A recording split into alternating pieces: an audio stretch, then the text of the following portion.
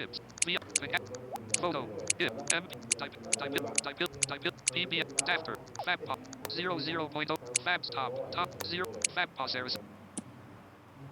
Para bapak, para ibu, teman-teman sekalian, alhamdulillah kita bersyukur kepada Allah Subhanahu wa taala di kesempatan malam hari ini kita dipertemukan kembali oleh Allah Subhanahu wa taala di suasana yang baru. Lama ini lama nggak ketemu, Masya Allah, di 2 tahun, hampir 2 tahun ini kita dipertemukan kembali oleh Allah Subhanahu wa taala di sebuah tempat yang dicintai oleh Allah Subhanahu wa taala, karena masjid adalah di antara tempat yang paling dicintai oleh Allah Subhanahu wa taala. Di sebuah majlis yang Allah Subhanahu wa taala perintahkan sebagian malaikatnya untuk mencari-cari majlis ilmu, yang kemudian ketika malaikat-malaikat tersebut mendapati majlis ilmu, maka mereka pun mendekat dan kemudian melepaskan sayap-sayapnya yang menunjukkan mereka itu dengan apa yang dilakukan oleh para penuntut ilmu di majlis tersebut. Di majlis yang mana Rasul sallallahu alaihi wasallam beliau telah menyatakan, man yuridillahu bihi khairan yufaqihuhu fid-din. Barang siapa dikehendaki kebaikan oleh Allah Subhanahu wa taala, maka Allah akan faqihkan dia. Allah akan pahamkan dia kepada perkara agama. Yang mana kita tahu bahwasanya pahamnya seseorang kepada perkara agama ini tidak serta-merta kemudian dia langsung paham, langsung bisa, langsung jadi kiai, langsung jadi ustadz, langsung bisa sholat benar, langsung bisa ibadah dengan benar. Nah, tentunya semua itu diraih dengan seorang belajar dan belajar duduk di majelis ilmu, membaca Al-Quran, membaca hadis, dan demikian. Maka adanya kita di malam hari ini di tempat ini mudah-mudahan sebagai salah satu alamat Allah Subhanahu wa taala menghendaki kebaikan kepada kita semuanya.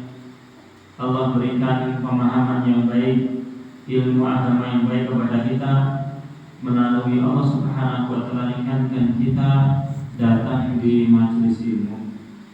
Yang kita berharap kepada Allah Subhanahu wa taala mudah-mudahan kita diberikan keistiqomahan oleh Allah Subhanahu wa taala untuk mau hadir di majelis ilmu, hadir di majlis yang di sana diterangkan tentang syariat Allah Subhanahu wa taala, agama Allah Subhanahu wa taala. Ma'asyiral ikhwan wal muslimin wal muslimat rahimani wa rahimakumullah. Salawat serta salam mudah-mudahan senantiasa tercurahkan kepada uswatun hasanah kita, suri tauladan kita semuanya, Nabiullah Nabi Muhammad sallallahu alaihi wasallam, kepada keluarga beliau, sahabat-sahabat beliau, dan kepada seluruh kaum muslimin yang mengikuti beliau dengan baik. Maaf dari ikhwan muslimin wal muslimat rahimani wa rahimakumullah, di kesempatan malam hari ini saya mohon maaf ya, saya membaca undangannya yang acam hadis yang berbiralah ya. Jadi mohon maaf ya, saya malah belum persiapkan kitab yang perlu dibagikan ya. Ini saya baru kasihkan kemarin ya. Kemudian saya bacanya belum undangannya yang belum diralat. Jadi mohon maaf sekali ya. Itu mungkin untuk yang bulan depan ya, yang kitab yang itu untuk bulan depan. Yang sekarang kita bahas yang berkaitan dengan Fadhailul Amal ya, Fadhailul Amal yang tentang keutamaan amal yang nanti akan dibahas di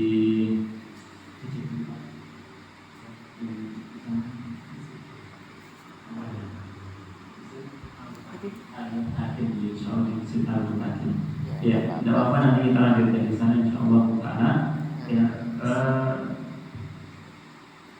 Saya mohon maaf. Fadullah, enggak apa-apa. Nah, kita membahas berkaitan dengan hadis-hadis yang berkaitan dengan fadhailul amal, keutamaan amal yang buku ini saya dulu dapat di ini ya, dibagi-bagikan ditulis oleh Syekh Ubaid As-Sindi ya.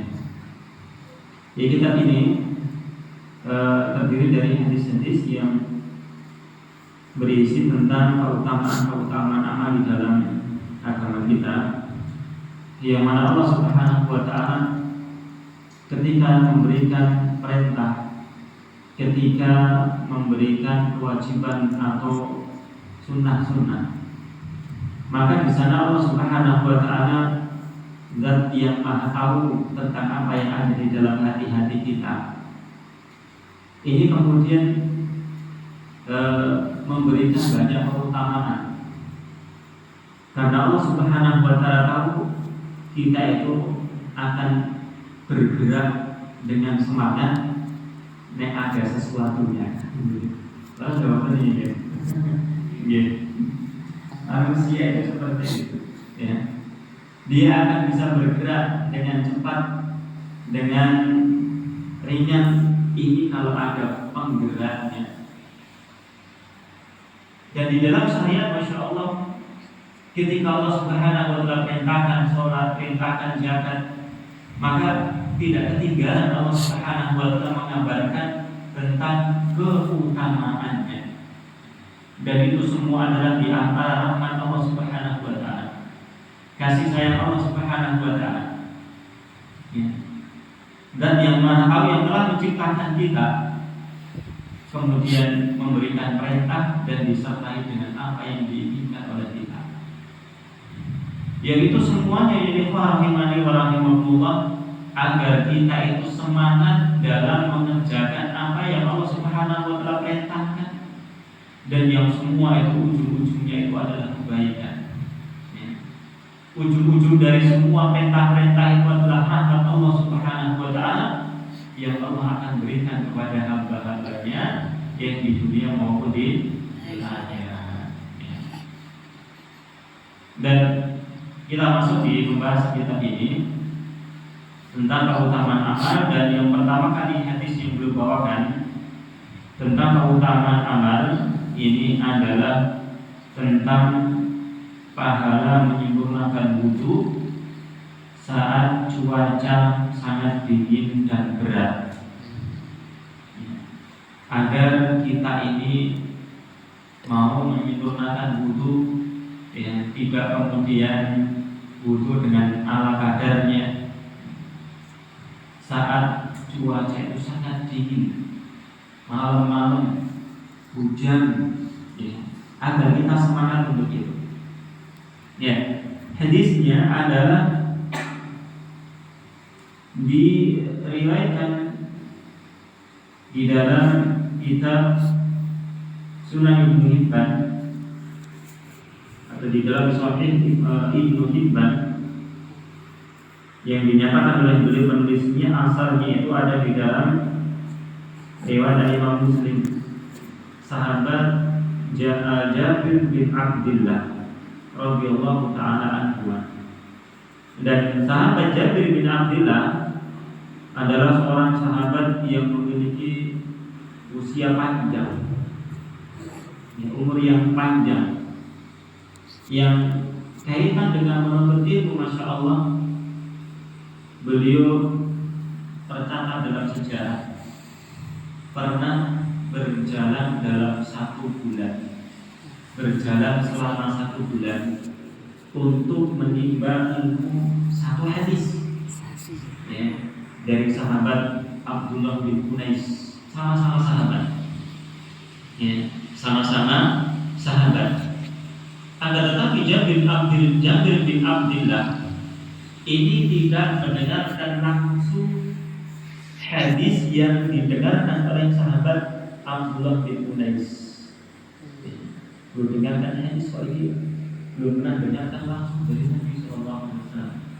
Maka beliau memacu, siapkan bekalnya, kemudian siapkan ontanya, kemudian keluar dari rumahnya, berjalan di tengah padang Mesir, dari kota Nabi, kemudian berjalan diturut rawi-rawinya sampai kemudian ketemu dengan sahabat Abdullah bin Unais di daerah Syam, jauh, Syam kalau sekarang Palestina, di Palestina atau Suriah ya, termasuk daerahnya Suriah. Jauh, sebulan perjalanan Bapak Ibu sekalian ya, sebulan perjalanan untuk mencari satu hadis, Insya Allah.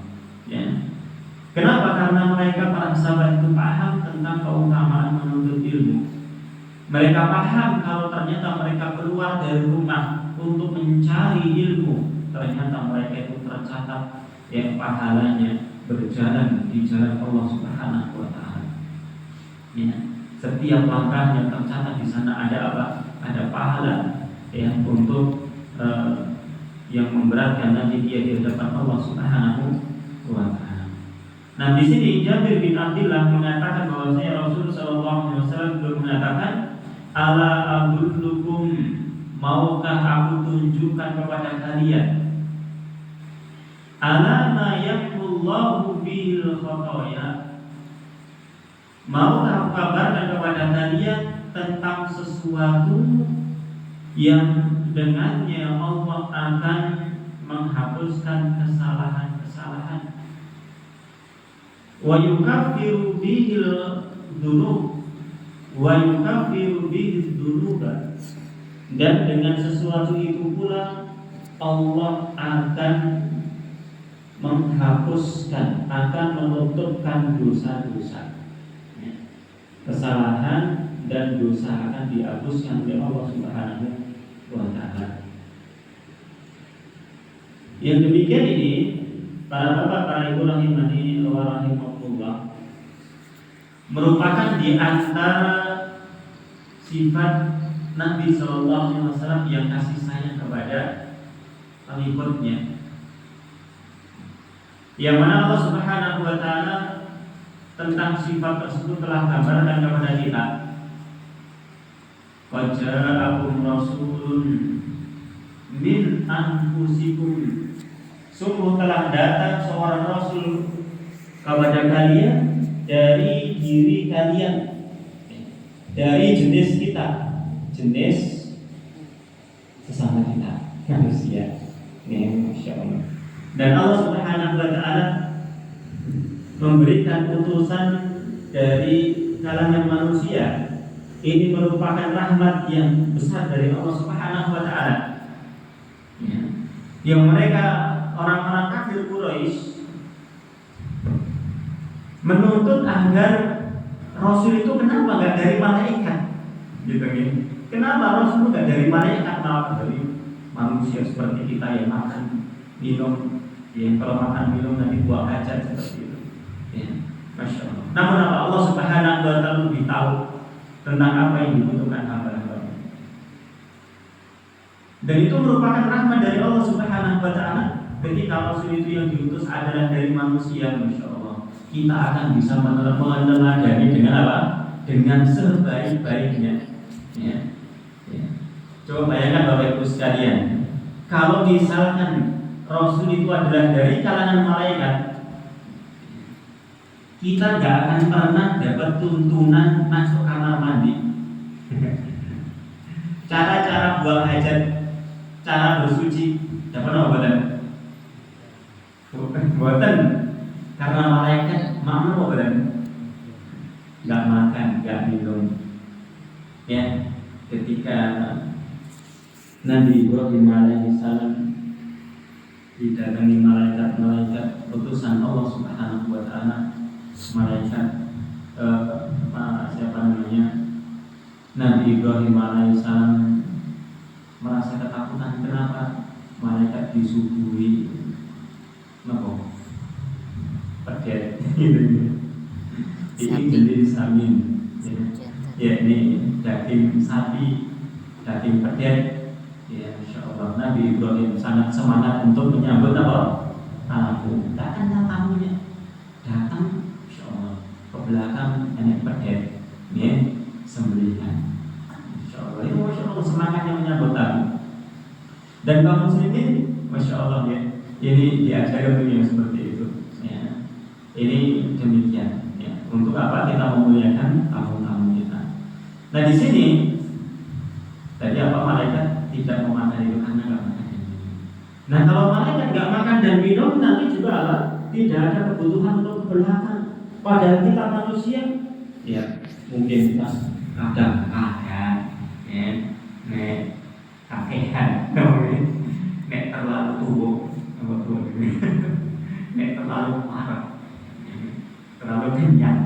Nah, kemudian kata muncul pun, nek kata maaf, kata muncul, nek pun itu nyantok, nek pun itu mulai mungkin dia terkadang tertutup sering kamar mandi. Ini manusia, ini manusia. Kedah konten ngoten niku, nek boten saged ngoten niku. Nah, niku omnam ya insyaallah. Iki omnam. Ini manusia. Malaikat diutus di muka bumi misalkan untuk mengajarkan syariat, kita tidak akan bisa mengikuti dengan baik karena tabiatnya berbeda. Ya, masya Allah. Nah Allah Subhanahu wa Ta'ala utus Rasul ke tengah-tengah kita adalah dari kalangan manusia, ya, sehingga kita bisa apa? Ya, meneladani dengan sebaik-baiknya apapun yang beliau lakukan, ya kita bisa pelajari. Ya. Yang mana sifatnya yang telah dinyatakan oleh Allah Subhanahu wa Ta'ala azizun 'alaikum, ya harisun azizun 'alaikum, yang sifatnya adalah memiliki sesuatu yang memberatkan beliau, sesuatu yang memberatkan kita. Azizun 'alaikum ma 'anittum, azizun 'alaihi ma 'anittum, memberatkan beliau sesuatu yang memberatkan kalian. Jadi kalau kita merasa berat mengamalkan sesuatu, Nabi itu juga merasa terbebani. Sehingga banyak di antara syariat Nabi Shallallahu Alaihi Wasallam ternyata adalah syariat yang mudah.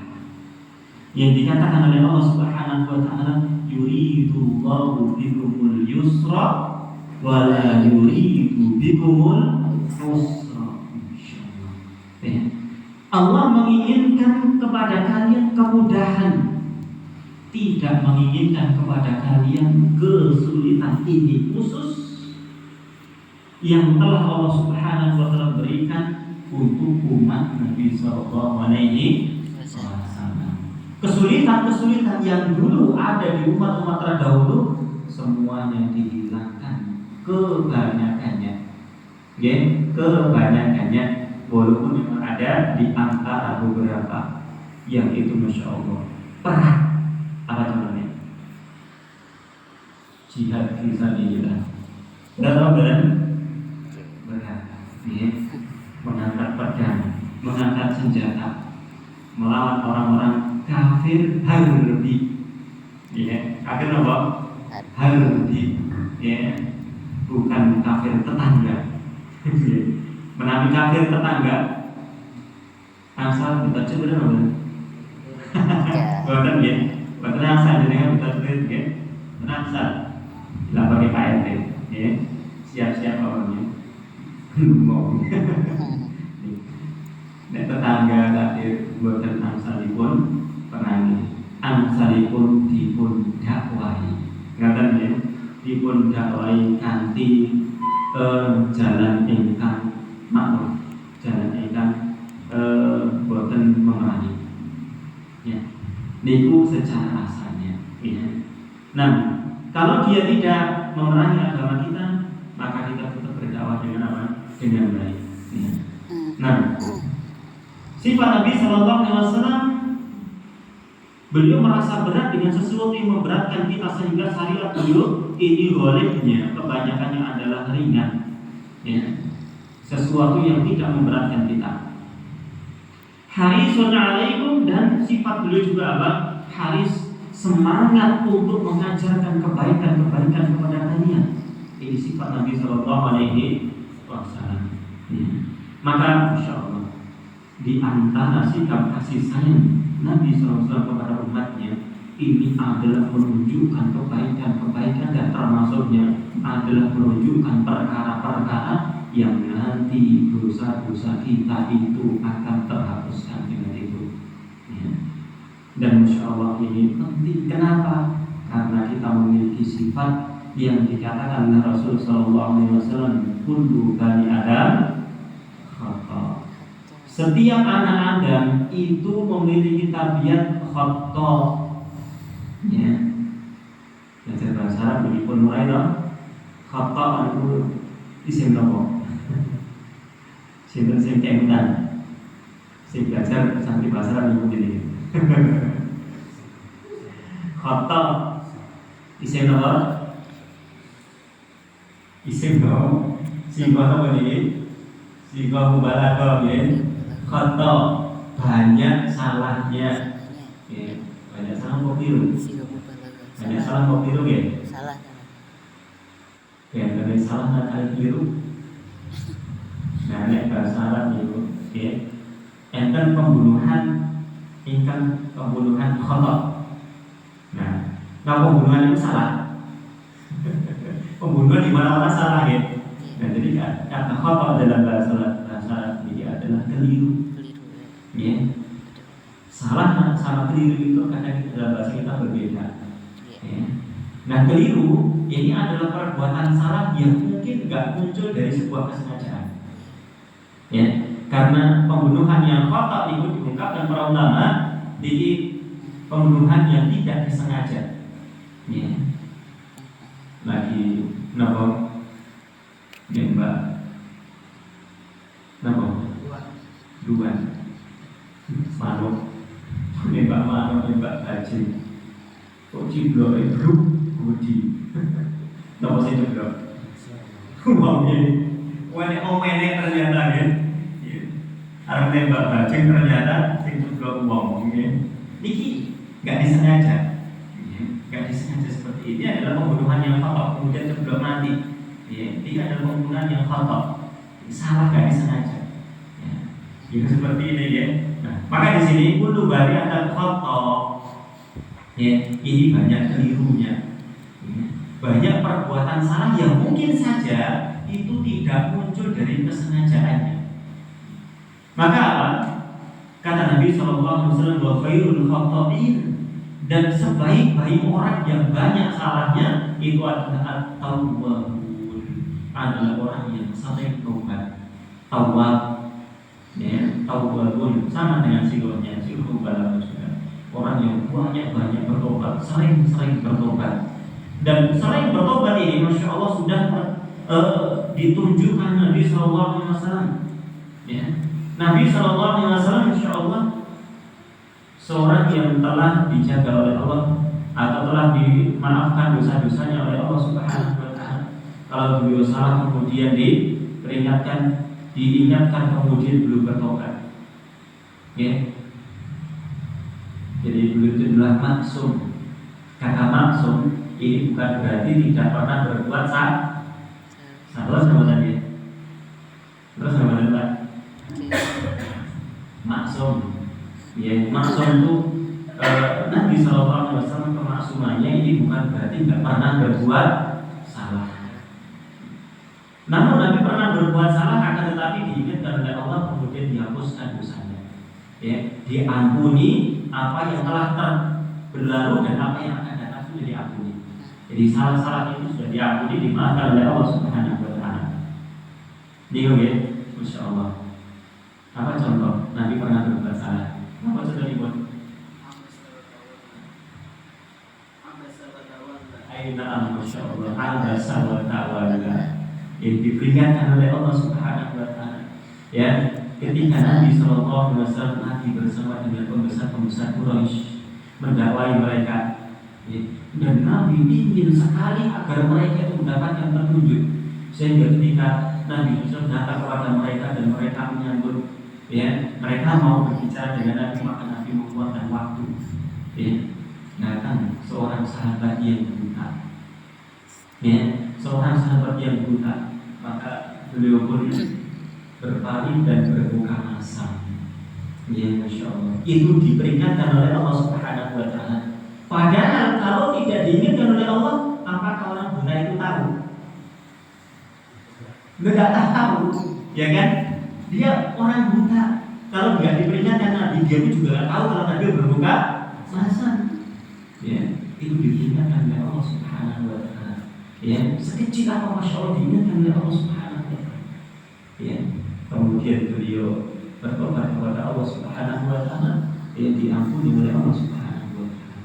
Itu di antara contoh Nabi pernah berbuat salah, namun sudah diampuni. Ya, ini ya, bertobat. Nabi yang tidak pernah, Nabi yang dosanya sudah diampuni, banyak bertobat yang sampai Nabi SAW belum menyatakan, wallahi inni la astaghfirullah wa atubu ilaihi. Demi Allah, aku beristighfar dan bertobat kepada Allah Subhanahu wa Ta'ala fil yaum, di dalam satu hari, aksar min sab'ina marrah, lebih dari 70 kali, kata Nabi sallallahu alaihi wasallam. Ya. Di dalam hadis yang lainnya 100 kali. Ini Nabi sallallahu alaihi wasallam. Maka ini menghasung kita apa? Agar banyak-banyak juga beristighfar. Ya, banyak-banyak istighfar, mohon ampun kepada Allah Subhanahu wa Ta'ala. Belum dosa. Siapa tahu tadi lalai enggak zikir kepada Allah. Ya, siapa tahu tadi insyaallah habis makan belum bersyukur kepada Allah Subhanahu wa Ta'ala. Siapa tahu tadi ternyata beribah enggak sadar. Itu nggih. Banyak perkara enggak sadar ternyata itu adalah bentuk kelalaian atau bahkan bentuk apa? Kesalahan dosa. Ya, maka banyak kita apa? Beristighfar kepada Allah Subhanahu wa Ta'ala. Nah, kemudian para sahabat mereka mengatakan, bala wahai Rasulullah, tentu wahai Rasul sallallahu alaihi wasallam, kami mau ya untuk diajarkan perkara tersebut. Yang diajarkan perkara yang akan menghapuskan dosa. Ini sebenarnya para sahabat dalam apa? Menerima nasihat dari Nabi sallallahu alaihi wasallam, menerima ilmu, semangat mereka. Nah, kalau maka beliau bersabda, isbagul wudu'i 'alal makruhat, yakni menyempurnakan wudu 'alal makruhat, atas waktu-waktu yang tidak disukai. Ya, menyempurnakan wudu pada waktu-waktu atau keadaan-keadaan yang tidak disukai, dingin atau sebagainya, dia tetap sempurnakan. Ini satu. Yang kedua, kasratul khuta ilal masajid. Yang kedua adalah memperbanyak langkah menuju masjid.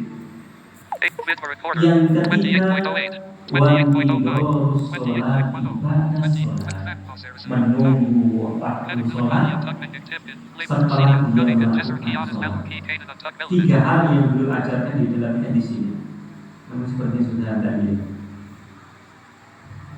Ya, kita salat dulu. 28.32, 28.33, map pause Bill Avigasi, Yatava, Topple. Heading to Akaliat. Will persist, radio, bit for recorder. Map pause top, 28.46, 28.48, map pause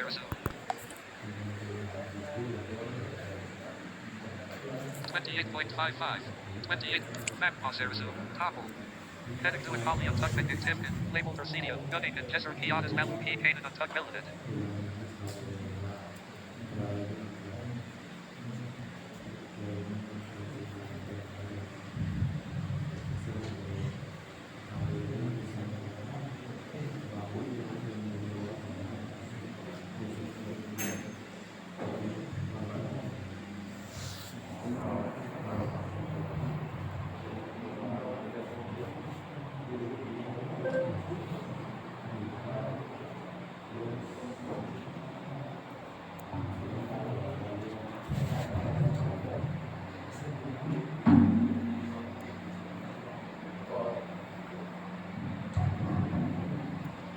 Assalamualaikum warahmatullahi wabarakatuh.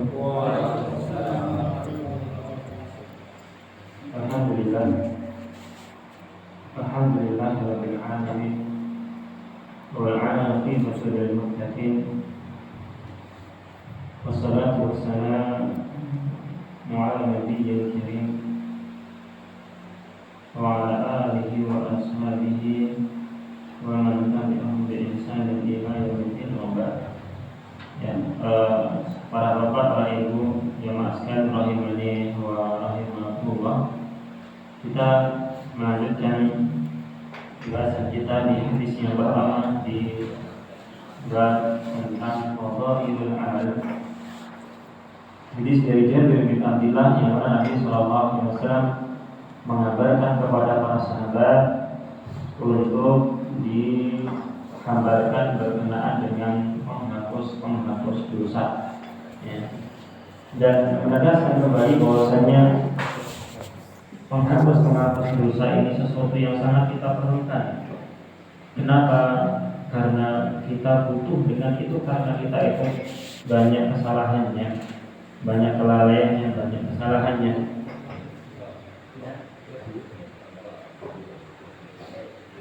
Allah Subhanahu wa Ta'ala berfirman yang menggambarkan tentang butuhnya kita kepada penghapus dosa. Ini Allah Subhanahu wa Ta'ala berfirman berkaitan dengan penduduk surga yang surat Az-Zumar. Surat Az-Zumar ayat yang ke-73. Ya, Allah Subhanahu wa Ta'ala berfirman, wasiqal ladzina taqaw rabbakum ila jannati zumara. Orang-orang yang bertakwa kepada Rabb mereka dikirim menuju surga, yaitu surga Allah Subhanahu wa Ta'ala. Hatta idza ja'uha futihat abwabuha. Sampai kemudian ketika mereka sudah mendatangi surga tersebut, wa futihat abwabuha, dan dibukakan pintu-pintunya, ya, dibukakan pintu-pintu surga. Ada huruf waw di situ, ya. Hatta idza ja'uha wa futihat abwabuha, ya. Sampai kemudian ketika mereka datang ke surga tersebut dan dibukakanlah pintu-pintunya.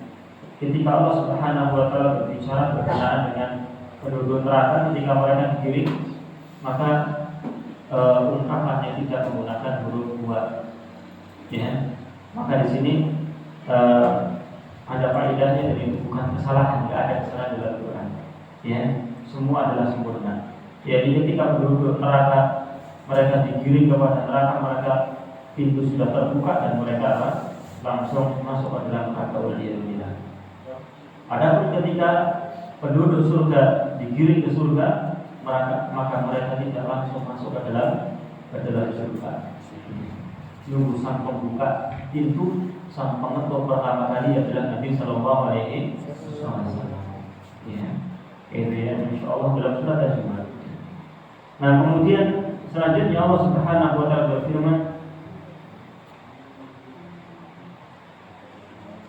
wa qala lahum khazanatuha, dan berkatalah kepada mereka penjaga-penjaganya, salamun alaikum, selamat untuk kalian, tibtum, kalian telah bersih, fadkhuluha khalidin, maka masukilah surga tersebut yang dengan penuh kekekalan. Awal di sini tibtum, kalian sudah suci, yang menunjukkan seorang itu tidak akan bisa masuk surga kecuali mereka telah disucikan dari berbagai macam dosa, ya. Maka ini yang menunjukkan salah satu halnya adalah kita butuh dengan apa? Penghapus dosa.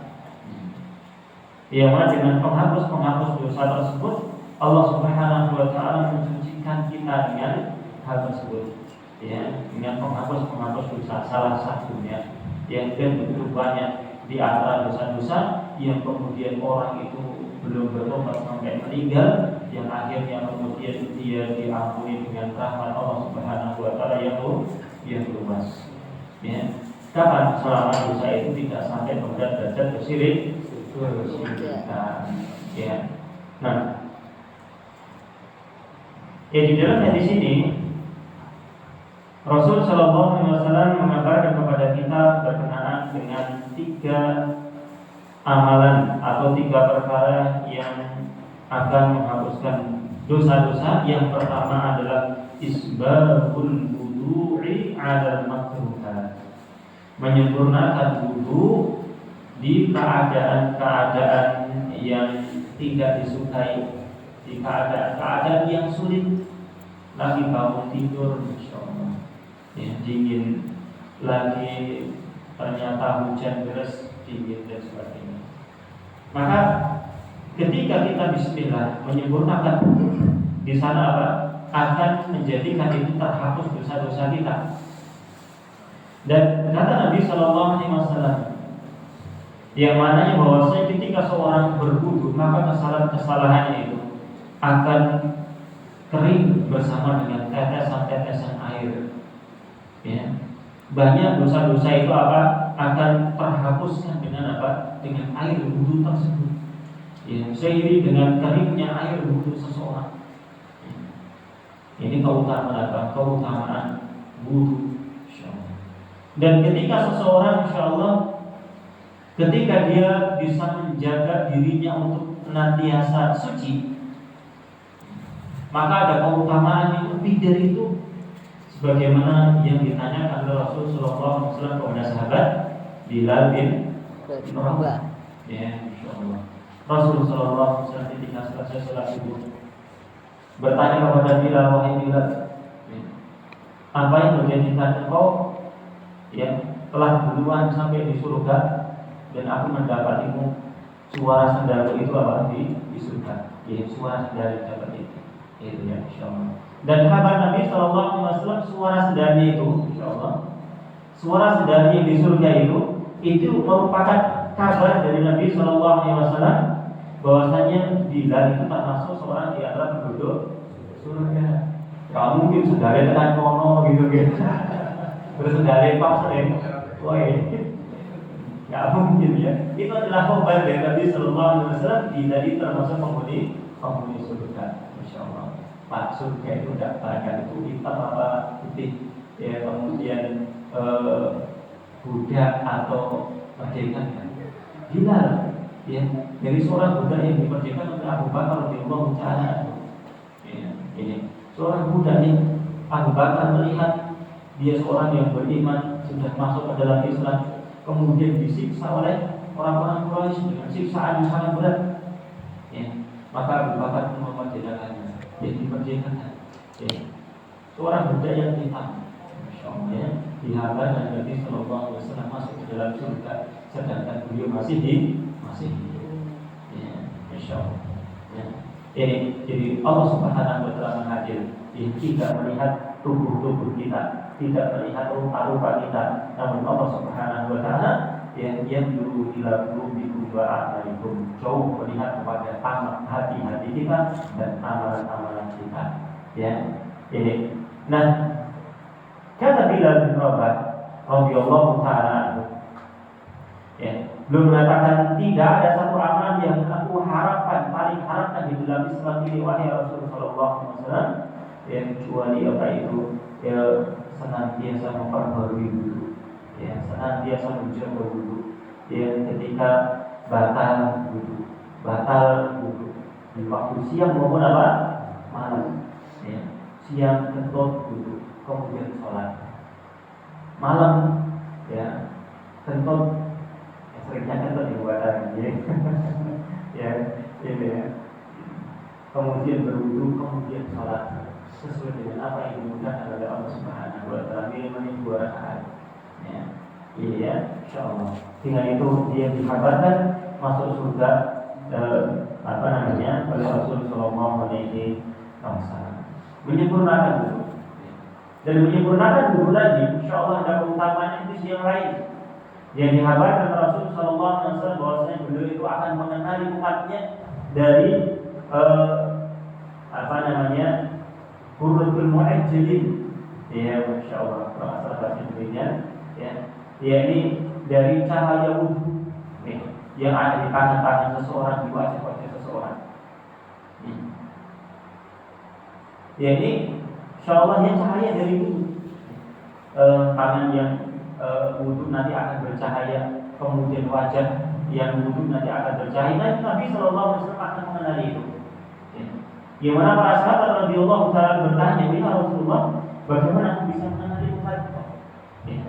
Maka Nabi SAW memberikan perumpamaan bagaimana tentang kuda-kuda yang hitam, kemudian ada di sana kuda yang kakinya ada putihnya, di kepalanya ada putihnya. Apakah bisa mengenali? Yaitu diibaratkan, ya, diibaratkan demikian. Karena nanti itu bukan ya perumpamaan saja untuk mengenali. Bahwa Nabi Shallallahu Alaihi Wasallam akan yang bisa mengenali umatnya nanti di hari kiamat dengan burukul mu'ajjali, ya, dengan cahaya-cahaya dari asar-asar wudhu. Ya, maka jangan saya kita untuk berwudhu, ya, berwudhu. Ya, usahakan insyaallah kalau kita dimudahkan untuk menjaga sunnah seperti yang disebutkan oleh Bilal bin Rabah tadi, insyaallah, ya. Ini sebuah keutamaan untuk kita. Nah, yang kedua adalah kasratul khutaa ila masajid, memperbanyak langkah menuju masjid. Sering datang ke masjid, ya insyaallah. Yang mana semakin jauh semakin banyak langkahnya. Yang mana Nabi Shallallahu Alaihi Wasallam setiap langkah ya ini akan dicatat sebagai satu kebaikan dan akan mengangkat satu derajat. Satu langkah lagi akan menghapuskan dosa. Ini langkahnya. Ya. Sampai ke rumahnya jadi perpanjang atau diperdekat langkahnya, ya, agar banyak langkahnya yang terhitung seperti itu. Ya, Nabi Shallallahu Alaihi Wasallam belum menyatakan di dalam sebuah hadis dari Imam Bukhari dan Imam Muslim. Wahai Rasul Shallallahu Alaihi Wasallam juga bersabda, "A'dhamun nasi ajran fi sholati ab'aduhum." Nabi SAW menyatakan bahwasanya manusia yang paling besar pahalanya di dalam sholat. Ini salah satu sebabnya, salah satu sebab. Ya, belum ditinjau dari yang lain, ditinjau dari perjalanan saja. Ya, ini apa? Adalah ab'aduhum, orang yang paling jauh. Ya, bagaimana kalau yang paling jauh pakai motor, yang paling dekat jalan kaki? Insyaallah. Nah, ini kata Nabi SAW selanjutnya, ab'aduhum mamshan, yakni yang paling jauh dari mereka jalannya, ya, jalan kaki, ya, jalan kakinya terhitungnya itu. Nah, terus pertanyaannya, yang paling banyak pahalanya itu yang pakai motor apa pakai kaki? Kalau yang pakai motor jauh, yang dekat jalan kaki, yang besar yang mana, Pak? Insyaallah. Nah, sekarang dilihat tentang kadar masyaqqahnya. Ya, karena al-jazaa'u min jinsil amal. Ya, yang paling merasakan berat yang mana? Itu yang menjadi apa? Besar pahalanya. Ya.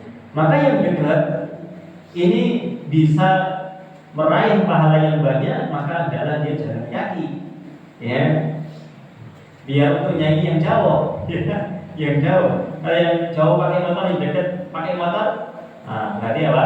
Sama-sama ini, sama-sama. Berarti yang jauh ini yang paling banyak, yang banyak pahalanya. Ya. Kecuali yang dekat banyak bocor. Mungkin didorong. Ya, akhirnya dorong sampai jalan kaki. Ya, insyaallah. Ini memperbanyak langkah, ya, memperbanyak langkah. Dan insyaallah, walaupun di antara para ulama ada yang menyatakan hukumnya sunnah untuk ke masjid, sholat 5 waktu ke masjid dinyatakan sunnah. Di antara mereka yang menyatakan sunnah muakkadah, ada yang menyatakan wajib. Maka perhatikan di sini, ada penghasut, ya, kita sangat butuh dengan hal itu menghapuskan dosa. Nih. Jangan sampai kemudian kita beralasan kan sunnah. Kalau dia berpegang dengan pendapat yang sunnah, ya itu pendapat para ulama, kita nggak perlu ribut tentang itu ya. Ya, kalau kita mengerjakan yang wajib, alhamdulillah, kemudian kita jaga kewajiban itu. Ya, ini. Kalau kemudian kita memegang yang sunnah, maka jangan salahkan yang lain, gitu ya. Ini walaupun kita mengerjakan, ya berbeda pendapat, maka jangan berpecah gara-gara satu mengatakan sunnah, satu yang mengatakan wajib. Para ulama saja mereka berbeda pendapat. Itu ya. Nah, akan tetapi di sini adalah bagaimana semangat kita, untuk datang ke masjid. Ya, di sana ada salah satunya adalah penghapus dosa. Sedangkan kita banyak dosanya. Ya. Jangan-jangan kita beralasan untuk mengambil rukhsah para ulama, untuk mengambil pendapat yang sunnah itu karena ada kepentingan di dalam hati kita. Kenapa? Malas. Ya, itu Allah Subhanahu wa taala tahu yang seperti itu. Yang dulu para sahabat, masya Allah luar biasa, kalau kita baca kitab fikih di dalam Al-Wajiz itu dinyatakan sebagian sahabat yang sakit itu sampai ditandu di antara dua orang di tengah-tengah, ditandu kemudian dihadirkan di shaf untuk sholat bersama kaum muslimin. Sampai seperti itu keadaannya. Ya, ini, ya kalau lebih sakit ya enggak, ya sholat di rumah kosong. Namun jangan bermudah-mudahan. Ya, kalau masih bisa ke masjid. Ya, kalau nggak khawatir pingsan di jalan, ke masjid. Ya, ke masjid. Dan kalau nggak dikhawatirkan menularkan orang lain corona, ya, kalau menularkan orang lain ya di rumah. Ya, himbauannya seperti itu. Ya, mudah-mudahan sudah hilang. Ya, mudah-mudahan. Ya, Allahumma amin. Gitu ya. Ini level kita di Jogja ya. Dua, Allah sudah banyak dirinya. Nah, sudah jarang dengan ya, bukan jarang lagi, nggak dengar lagi. Jarang ya, kamu masih dengar nggak? Ya jarang ya, mudah-mudahan ya. Oh, itu masih masih ada, namun sedikit ya. Dan kebanyakannya kebanyakan sebenarnya, ya kebanyakannya sembuh. Kalau kebanyakan sembuh, ya. Sakit sembuh, maka darurnya hilang. Betul ya? Daruratnya hilang. Ya, daruratnya hilang sehingga shock kembali rapat. Kalau darurat sudah hilang ya, karena sudah banyak sembuh, yang menjadikan darurat kan banyak menular dan banyak yang meninggal. Itu ya. Nah, diwaspadai penularannya karena banyak meninggal, maka kaum muslimin menjaga jiwa. Kalau banyak sembuh, maka alhamdulillah, maka apa? Daruratnya hilang, kembali kepada shock yang apa lagi. Dan alhamdulillah kita sekarang. Begitu kan begitu. Saya rapat ya, ya mungkin belum ngomong. Ya, dia sesuai kaidah seperti itu ya. Karena dikatakan para ulama, al-hukmu yadurru ma'il nabi. Hukum itu akan beredar sesuai dengan ilahnya. Hukum apa di sini? Ini hukum wad'iyah. Ya, hukum wad'iyah. Hukum wad'iyah itu hukum yang terjadi, yang muncul karena sebuah sebab. Karena sebuah apa? Sebuah sebab. Nah, hukum tersebut ini akan dilakukan, akan diterapkan sesuai dengan ada atau tidak sebab itu. Gitu ya. Maka kemarin ya sebagian ulama mengatakan sofnya direndahkan karena ada sebuah ilah, ada sebuah sebab. Maka kemudian kalau sebabnya hilang, maka kembali dapat lagi. Ya, itu kurang lebih demikian Allah Taala. Ya, tadi. Ya, kemudian yang berikutnya adalah yang terakhir wantidoru sholat ba'da sholat, yakni menunggu sholat setelah dia melakukan sholat, termasuk menghapus dosa. Yang mana Rasulullah SAW kaitan dengan orang yang menunggu sholat ini, beliau bersabda di dalam sebuah hadis riwayat Imam Al-Bukhari. Ya, Al-malaikatu tusolli ala ahadikum. Malaikat itu senantiasa bersolawat untuk salah seorang di antara kalian. Dan sholatnya makhluk untuk makhluk itu adalah doa. Ya. Sholatnya makhluk yaitu malaikat kepada makhluk yang lain itu adalah doa.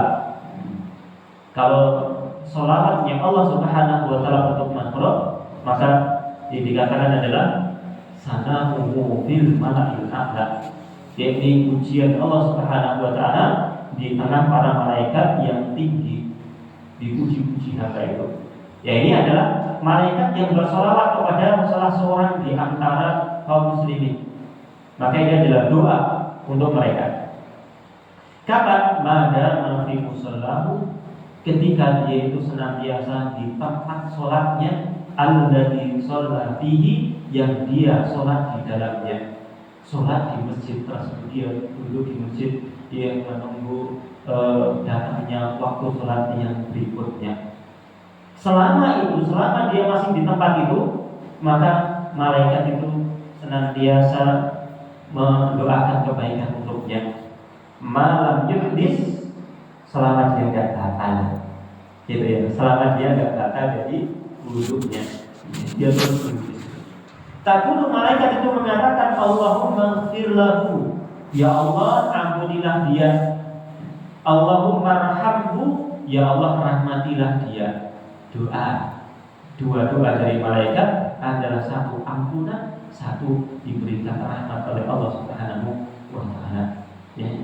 Dan ini semua kita butuhkan. Butuhnya kita ampunan Allah Subhanahu wa taala dan butuhnya rahmat, yang dengan rahmat itu Allah Subhanahu wa taala akan memudahkan langkah-langkah kita dalam kebaikan. Ya. Nah, ini 3 perkara yang merupakan penghapus dosa yang disebutkan di dalam hadis ini. Ya. Nah,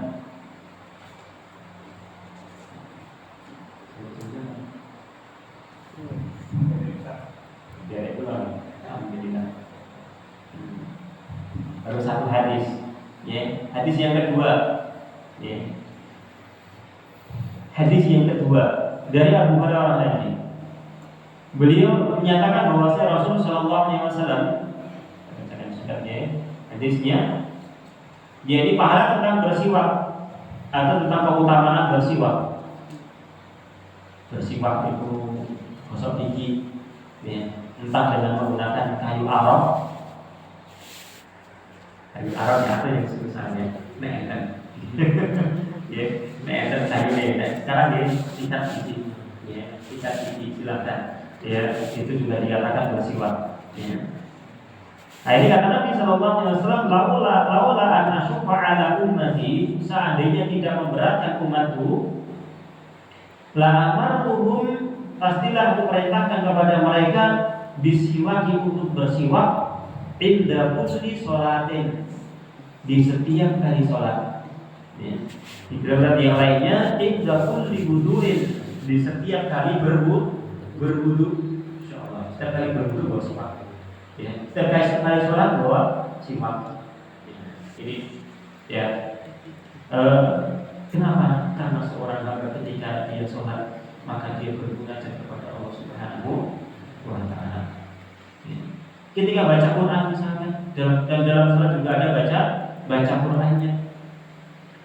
Ya, yang mana malaikat yang berarti rahimani wa rahimakumullah ini akan merasa terganggu dengan sesuatu yang orang itu terganggu.